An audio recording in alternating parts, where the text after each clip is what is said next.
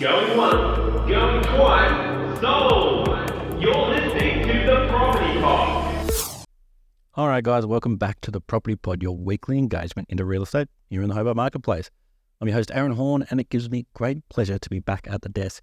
However, I have got some news for our loyal listeners. Anyone out there in the world of The Property Pod that has been joining us along the ride may know that I am expecting the birth of my third child.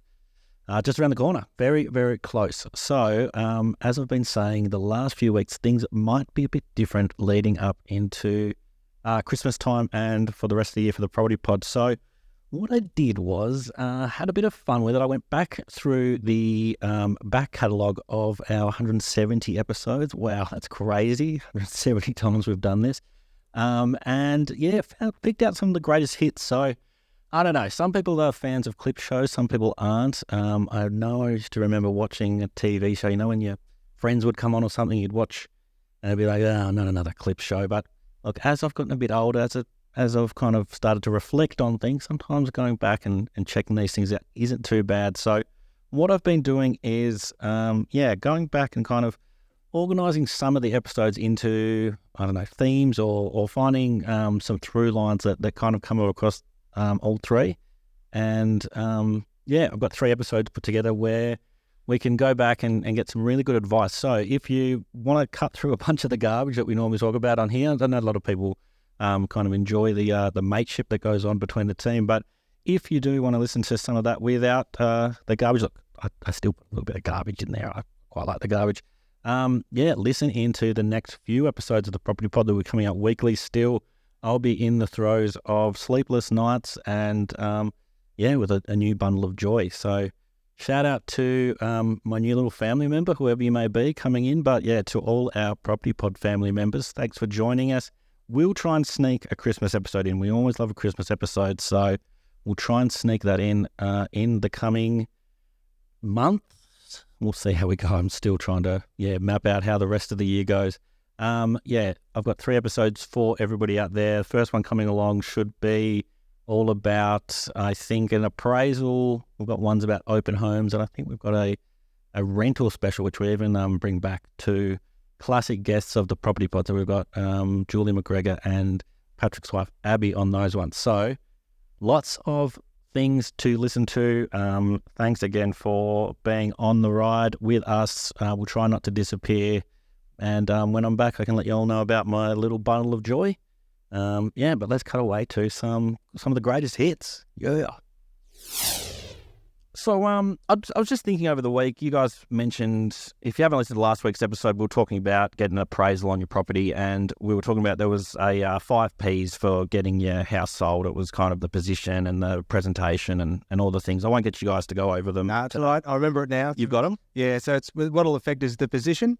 Obviously, the position of the property. So then the process that you use, so be it auction, private treaty, the presentation of the home, so how that's presented to the market, the promotion of it, so how you market it, so be it on the internet, the real estate guide, etc., and lastly, the person you engage with, so either a real estate agent or doing it yourself. Yeah, like is a neighbourhood more important than the property itself? Oh, that's a cool question. Yeah. So just kind of wondering, is it important to know where you're buying and what area, what's important about it? There's a really cool bit in one of them where it was talking about if you have a public playground in the area, it actually raises the value of your property by about 20 grand. Oh, really? So I just wanted to run it past you guys, if what your thoughts are on kind of neighbourhood over property. Well, you boy, Pat, you're a father and you're a soon-to-be father, Aaron. Would you guys pay more for a playground nearby? Well, I think I'd like the idea of living near a playground if I could know that it's close enough that, like in a year or two when Parker's old enough, that he could just go by himself and say, just get out of the frick. Yeah,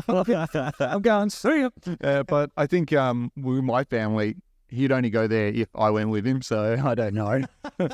I guess it's one of those things, like you guys go to the bike park a fair bit, like you'll drive from your place up to the top of Tolosa Street to go to the skate park, and he can ride his bike. If that was across the road from you, it would go all the time. And so, I guess it's kind of, you sold that house for those guys who had the kid who was a really good BMX rider or something like that. I'm sure if they had the opportunity to be like, he's training to be an Olympic level BMX rider, being near the facility, that would help. Yeah, I think so. Yeah, so I guess it would make a difference. I guess, like, thinking about when I was buying my property and looking in the area that I was, there was a few key things that I was focusing on. And one of the selling points that I passed along to my partner was it's really close to a school. Oh, yeah. There's children's crossings on our street, so cars aren't going to be travelling really fast along it. So the day we do have kids, it'll be a safer place to be. So that was one thing that I had considered I'll tell my partner this so that's hey, this is a pretty good street to live on in comparison to being like, oh, we live next to the motorbike gang. Yeah, that makes sense. Or the highway. Or the highway. I just love the idea that, they've got their whole thing's called motorbike gang. They've got their place of, where they hang out, it's called motorbike gang. Well, in my head, we do nasty things. In my head. Naughty things. In my head, I went straight to like a meth lab. Yeah. But last week. My story, sorry for that. Yeah, last week we finished on the meth lab story. So I didn't want to go meth. So can you guys talk to the pros and cons of selling off market? Is it more advantageous for the buyer to get something off market, or could you be paying way over the price perhaps because you could just be throwing out a number and just being like, yeah, I'll give you that, and they're just, oh yeah, we didn't expect that, boom, we'll take it. I think it's a bit of a double-edged sword on that regard. Like, there are pros and cons for both the buyer and the vendor. Yep. And it comes down to the individual person. So for some vendors, not having to worry about that whole stress and that whole aspect of it, and like if it's within the 5% of where we think it is on market and they just can walk away and it's done. Yep. Then sure, Why not? Yeah, why not? Let's just jump on this and move on and go reinvest that money into another project. Or it can come down to as well what they're trying to do with that money. Maybe they've got a house that they're trying to secure that's subject to the sale of this one. So rather than miss out on their dream home over losing $10,000 or $15,000, it's not worth it to them. They're like, no, we want to secure this property. We don't care if you've got enough buyer. Let's do it. Yeah, it fits what we need. We need that certainty now. Let's move. Yeah. Don't worry about it. Yeah, so you're right. Some people could potentially pay a little bit less on an off-market sale than what they might have to if they go to market. But the owner might accept that because that helps them move on to whatever they need to do. So again, it's that narrative of the seller's point of view is, oh, I need this for my future story. But it could go the opposite way as well. A buyer might pay too much for a property because we haven't tested the market. We don't know. Yep. So they're relying heavily on the agent's opinion, and they're relying heavily on their own research. And sometimes that can go the opposite way on you as well. Yeah. Well, there was once that I met this guy. Now, this would have been several years ago, and he'd sold his house in North Hobart. Yep. Someone had knocked on his door and said, love your place, I'm keen to buy it. Here's, what he thought was a good offer for cash. He's like, oh, sweet, I'm just going to sell and go and find myself a better place. Lo and behold, he was, the market was, the capital was increasing. So by the time his property had settled, the market had already shifted like another 5%. So he couldn't even buy into the same suburb that he'd sold in. So basically all he did is he just shortchanged himself by, rushing, like make an impulsive decision to sell, thinking he got a good deal. Yeah. And lo and behold, all it meant was then he had to move into a worse house in a suburb he didn't even want to be in. Oh, so he went backwards. And that was a case that, how was that off market? Someone just knocked on his door. And that happens a lot. And we've got clients of ours that we've done a few properties for, and they've, with developments.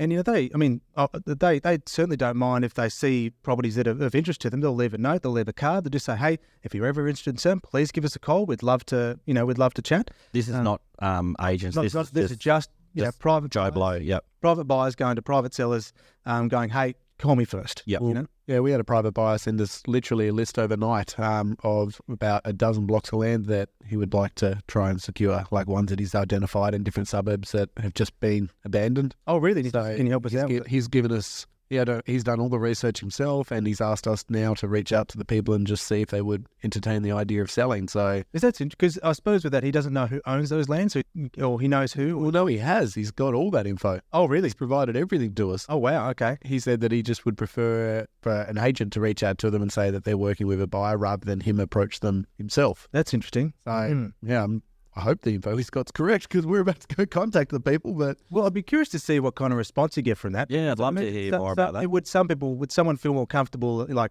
I'll just call it a private citizen in this case.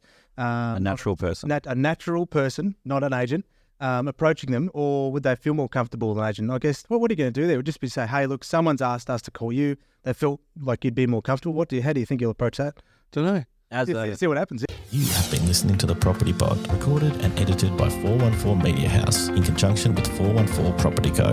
This podcast is general information only, and the thoughts and views expressed is the opinion of our panel, and listeners should always seek and use their own investigation into any topic we discuss to ensure they fully understand their own situation. It does not constitute and should not be relied on as purchasing, selling, financial or investment advice or recommendations, express or implied, and it should not be used as an invitation to take up any agent or investment services.